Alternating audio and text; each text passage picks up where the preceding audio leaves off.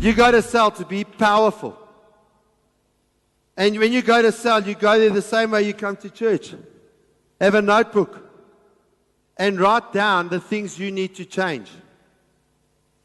You walk out of there with things I need to change. Not things my wife needs to change. Not things my husband needs to change. Not things my children need to change. Not things my parents need to change. Not things my friends need to change. Things I need to change, because when you change, everything changes. This is the Active Church.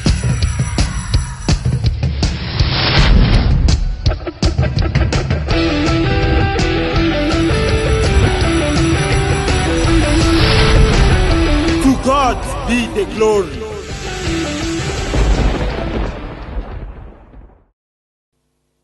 Now today what we're talking about is real communication. I'm not talking about talking, I'm talking about real communication. There was a guy walking down the street, and he comes past a house, and he sees a guy there at his doorway battling with a washing machine. And so he goes up to the guy and he says to the guy, can I help you? Can I be of assistance here?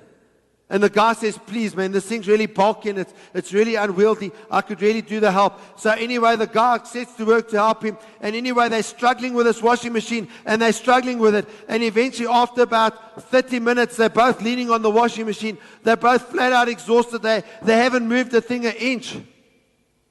And the passerby says to the homeowner, gee whiz, it's really a struggle to get this washing machine into the house. To which the owner replies, what do you mean into the house? I'm trying to get it out of the house. Some of you haven't caught that. You need to think about that a second. The guy who's helping is pushing it in. And the guy whose house it is pushing it out. No wonder they didn't get anywhere. Just some of you click. Check if the person next to you clicked, because that's quite a story there. That's quite a picture. All right. Okay, Shane, just come here. This is the washing machine. Some of you still haven't got it. So I'm trying to push the thing out. Shane comes to help me. No wonder it won't move.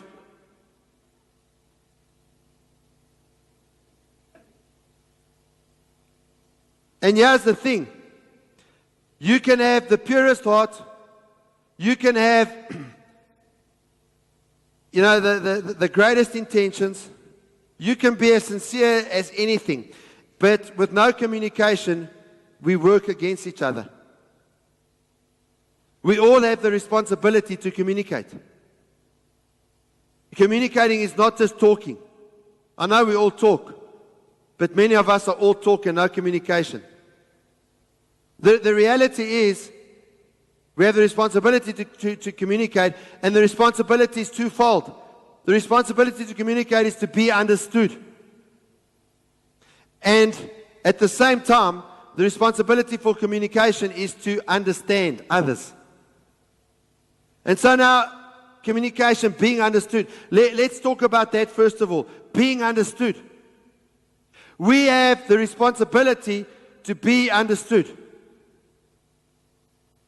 Now, I want you to understand something. When we communicate with various things. We communicate with our words. Our words communicate something. We communicate with our tone. We communicate with our clothes. An example I used in the first service, by the way she dresses, a woman can communicate to men, hey guys, I'm available. Come here, take me, I'm available. Don't laugh like that, Elise. Gonna boot you. So we communicate with our clothes.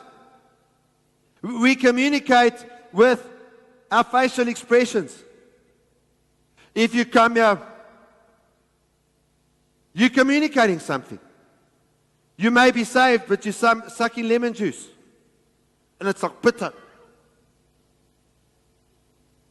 You communicate with your gestures.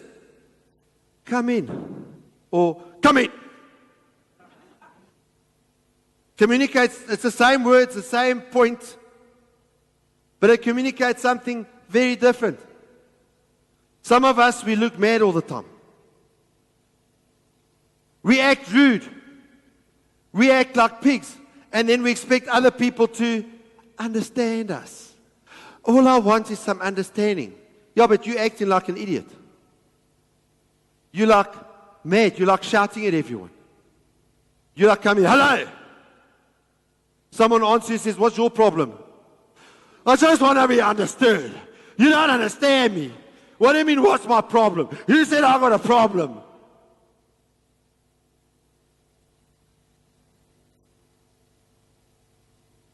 Does your body language show others that you're angry? Hello? I'm overwhelmed by you.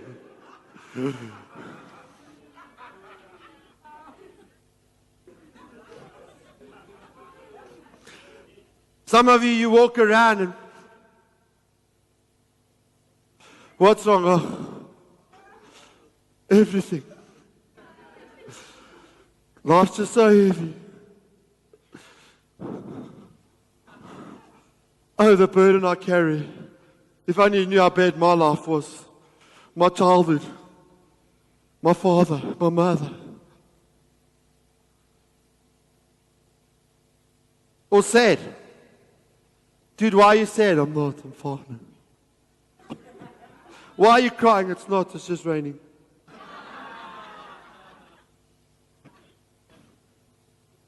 You have a responsibility so that people don't think you're angry all the time. People don't think that you're upset all the time. Do your actions cause people to desire not to talk to you? You know, maybe for some of you, it's like this wet spot on the carpet here. They see you.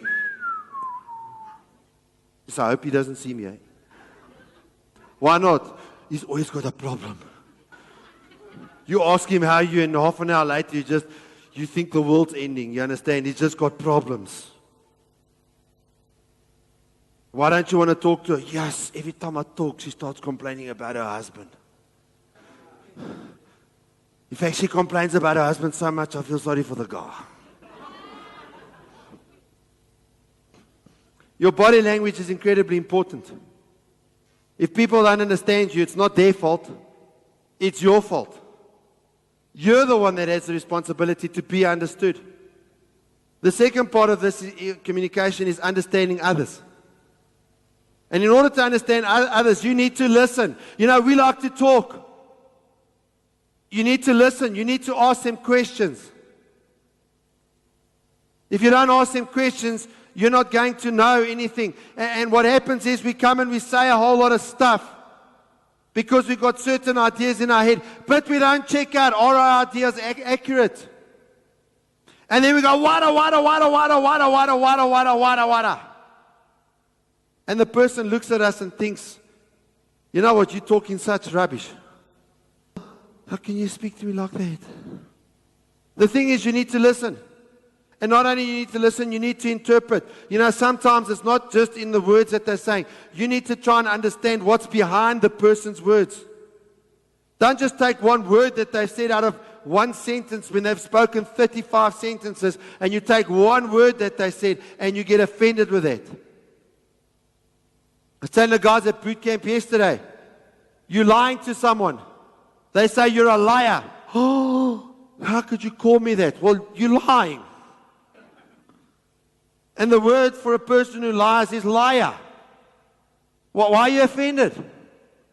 They're calling you what you are. You know you're lying. I mean, you're not even cared about the fact that you're lying. They said liar.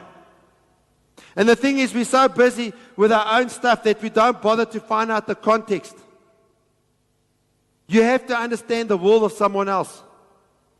If you're a parent, for instance, you can't talk to your 7-year-old and expect them to understand the things of a 35-year-old.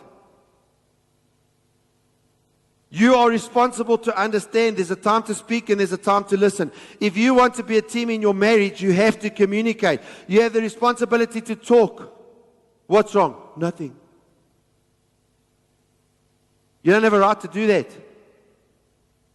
And to understand. To listen.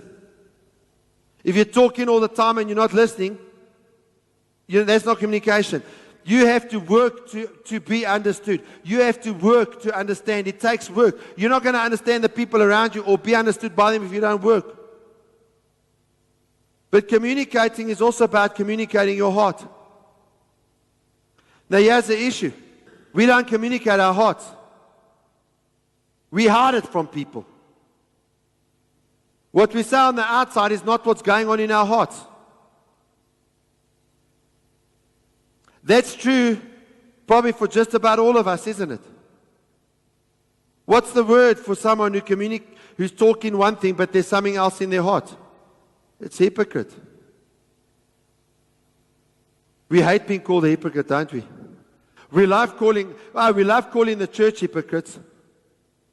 The people in this church are such hypocrites. Well, if you're a people and you're sitting in the church, what does that say about you? The reality is we have an agenda. We don't want to expose ourselves. We don't want people to really see what's in our hearts. And so we cover up. We cover up because of pride. And so we have a lack of communication. And a lack of communication is caused by pride and sin.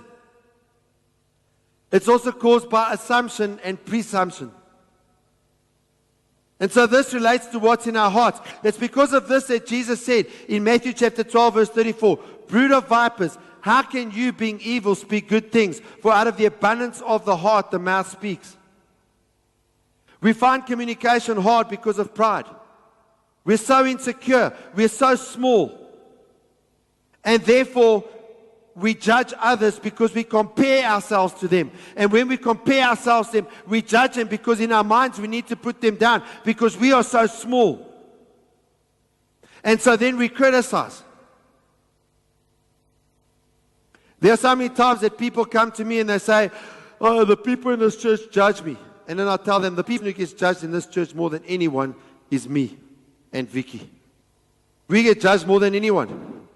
Every time I preach, I get judged. People come up to me and they say, that's the ones who prepare to talk to me because others judge kitchen or downstairs or in the car or at work on Monday that speak such rubbish in the active church. Or I've heard that we're the marriage church, we're a cult. There's lots of things I've heard about the active church. We're legalistic and we compromise on sin. The people in the active church are all sleeping around. And it's your fault, Pastor Gavin and Vicky and da-da-da-da. And people come up to me, the ones who got the guts, they say, yo, that was an awesome sermon, but. And then I think, your butt's about to be kicked. I don't say it, but I think it.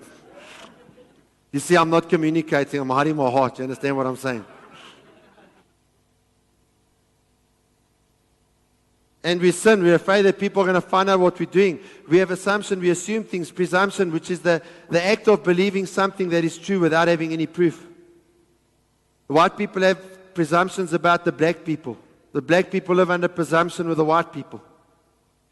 Men presume certain things about women. Women presume certain things about men. And you got no proof. Nothing.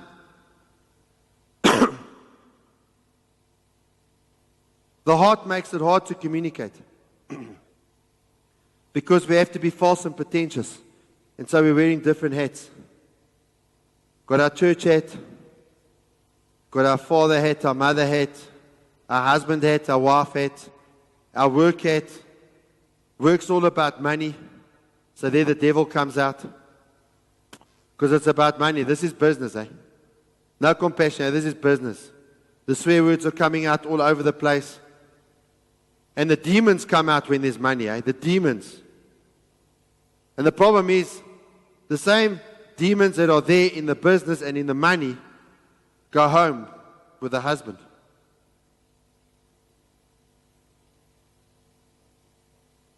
Trying to be somebody that you're not means you're a hypocrite. And it's hard work. You wonder why you have problems in your home. You have problems in your home because your children see right through you. Your husband or your wife, they see right through you.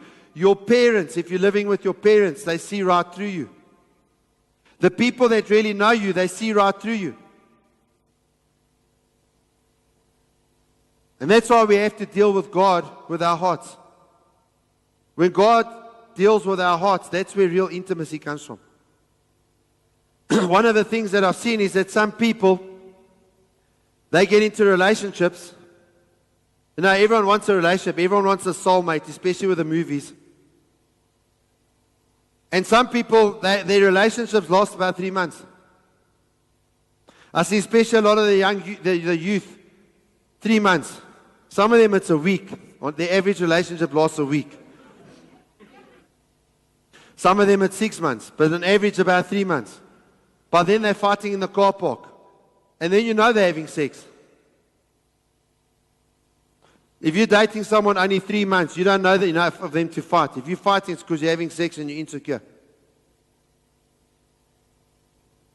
People come there, what a, and she was looking at those other guys and said, but what about you with those other girls? And then I say, are you having sex? And they go, pfft. Usually the guy says no and the girl says yes. Then I say, yeah, you don't trust each other. That's your problem. You can ignore the word. Other people, they get into relationships maybe 2 to 3 months to 2 years. Other people 2 years to 5 years. And then what happens is, at first you act and you got your relation and you're just this perfect person.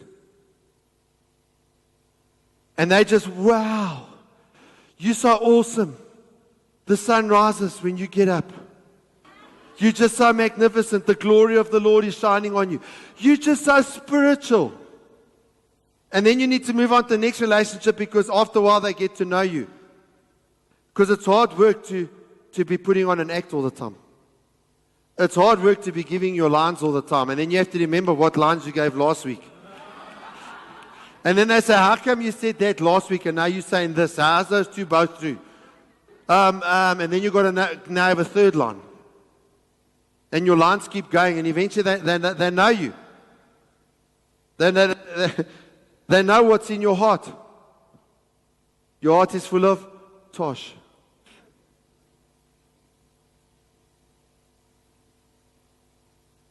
People come to church. Hallelujah, praise the Lord. Pastor, I'm with you. And then I felt the Spirit leading me to leave this church and go to another church. No, you were all spiritual. You were putting on an act. You were pretending to be holy. And now the church knows you. You know, you said you tithe. Everyone, you tell that, but you like Ananias and Sapphira. You don't tithe. And then the people get to know you. And then you're under pressure, so you need to leave. You need to leave your workplace. Because at first, hey, this is the best job ever. And then after a while, they know you. And then the pressure gets too much and you need to leave because I can't handle the pressure. But the pressure is you're having to carry a pose. You can't be the real you because you're hiding what's in your heart. People come, I don't want to be in this cell. I don't want to have this leader. I want to move to that cell. I want to have that leader. Why? I just don't feel comfortable in that cell. Wow, they judge me. That's why you're in that cell. You're not there to be comfortable. You're there to grow. Let me tell you, Cloney, come stand here. Cloney goes to gym every morning at 5 a.m. Don't be fooled by the jacket. All right? Cloney, sometimes when he's working on sound and stuff, likes to work without a shirt on because it's just...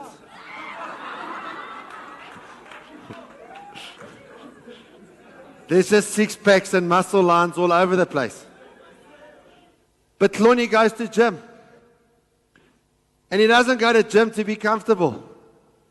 He goes to gym to cut those muscle lines. And he goes to gym to get rid of all the excess fat and all of that sort of stuff.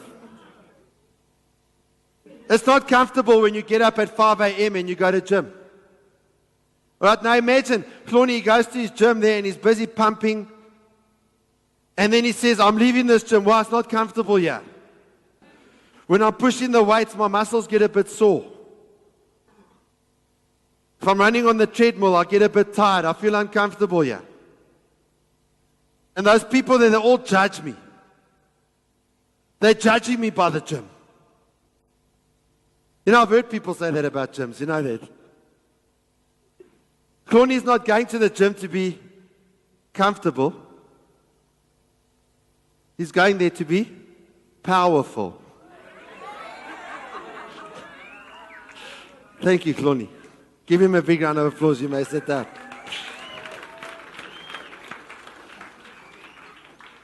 You go to cell to be powerful. And when you go to cell, you go there the same way you come to church. Have a notebook and write down the things you need to change.